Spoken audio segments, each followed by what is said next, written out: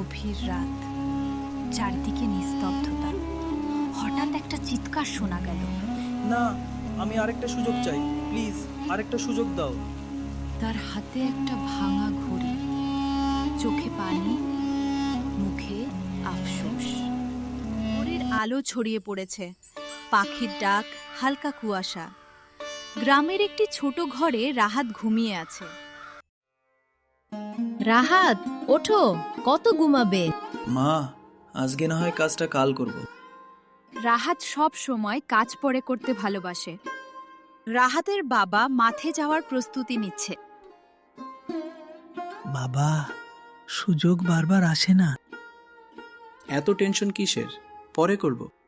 বাবা চুপ করে থাকলেন। একদিন জঙ্গলের পথে হাঁটার সময় রাহাত একজন বৃদ্ধকে দেখতে পেল। একটু পানি দেবে? পরে দেব। কিছুক্ষণ পরে রাহাত ফিরে এলো। এটা রাখো, এটা সাধারণ ঘড়ি না। বৃদ্ধ তাকে একটি অদ্ভুত ঘড়ি দিলেন। পরদিন সকালে ঘড়ি জ্বলে উঠল। এটা গুরুত্বপূর্ণ সময়। পরে করব। সে আবার ঘুমিয়ে পড়ল। কেউ কি আছে? কাজ দেব।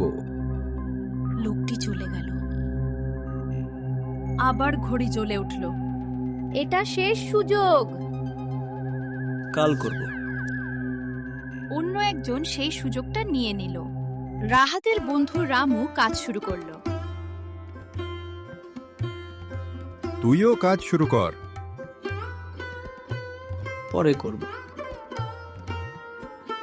কিছুদিন পরে রামু সফল হয়ে গেল। রাতে ঘড়ি খুব জোরে জ্বলতে লাগলো।